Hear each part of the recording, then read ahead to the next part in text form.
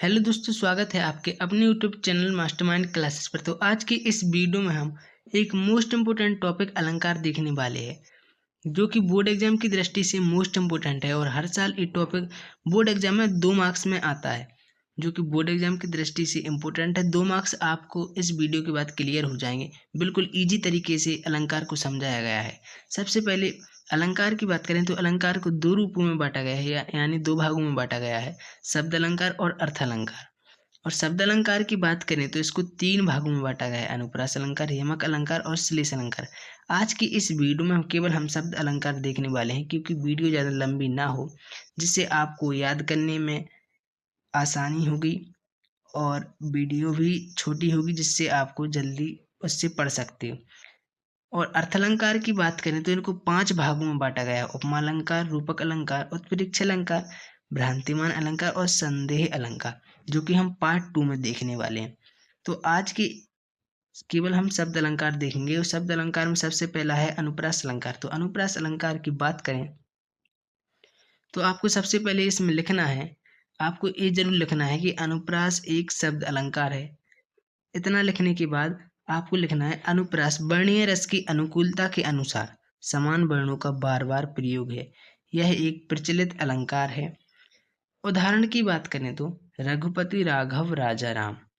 इसमें आपको स्पष्टीकरण भी लिख सकते हैं कि यहाँ पर उपयुक्त पंक्ति में रावण की आवृत्ति है, इसीलिए यहाँ पर अनुप्रास अलंकार है।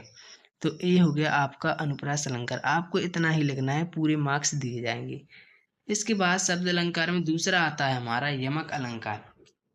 तो यमक अलंकार की बात करें तो यमक अलंकार में आपको लिखना है कि यमक अलंकार एक शब्द अलंकार है। ये आपको जरूर लिखना है कि यमक एक शब्द अलंकार है। यमक का अर्थ होता है युग्म अर्थात जोड़ा। इसमें भिन्न अर्थ के साथ किसी वर्ण अथवा शब्द की आवृत्ति होती है। जैसे उदाहरण के बाद आपको खुद ही समझ में आ जाएगा। उदाहरण है, कनक कनकते सौगुने, मादकता अधिकाय, व पाए बहराए जग, व खाए बहराए। तो इस दोहे में कनक की आवृत्ति है। प्रथम कनक शब्द का अर्थ होता है सोना अर्थात स्वर्ण, और द्वितीय कनक का अर्थ होता है धतूरा यानी जहरीला पदार्थ। आप यहाँ पर लिख सकते हैं जहरीला पदार्थ या नशीली पदार्थ। ठीक है, तो आपको यमक में केवल इतना ही लिखना है। आपको ये जरूर लिखना है, हर एक शब्द अलंकार में आपको सबसे पहले यही लिखना है कि जैसे अनुप्रास है तो यहाँ पर लिखना है अनुप्रास एक शब्द अलंकार है, यमक है तो यमक एक शब्द अलंकार है। ये आपको जरूर लिखना है। ये लाइन एक मोस्ट इंपोर्टेंट लाइन है, आपको इसे लिख देनी है। फिर बात करें श्लेष अलंकार की, तो इसमें भी आपको लिखना है कि श्लेष एक शब्द अलंकार है। जब कोई शब्द वाक्य में प्रयुक्त होकर 2 या 2 से अधिक भिन्न भिन्न अर्थ दे तो वहां श्लेष अलंकार होता है। जैसे रही मन पानी राखिए, बिन पानी सब सून, पानी गए न उबरे, मोती मानस चून। यहाँ पर अब पानी के कई अर्थ ध्वनित हो रहे हैं। जैसे आपको लिखना है, यहाँ पर स्पष्टीकरण डालकर भी आप लिख सकते हैं। यहाँ पर एक हेडिंग बनाया आप स्पष्टीकरण, उसमें भी लिख सकते हैं। तो यहाँ पर लिखेंगे आप, इन पंक्तियों में पानी के कई अर्थ ध्वनित हो रहे हैं। पानी का अर्थ मोती के रूप में है चमक, मनुष्य के रूप में है सम्मान, तथा चून के रूप में है पानी।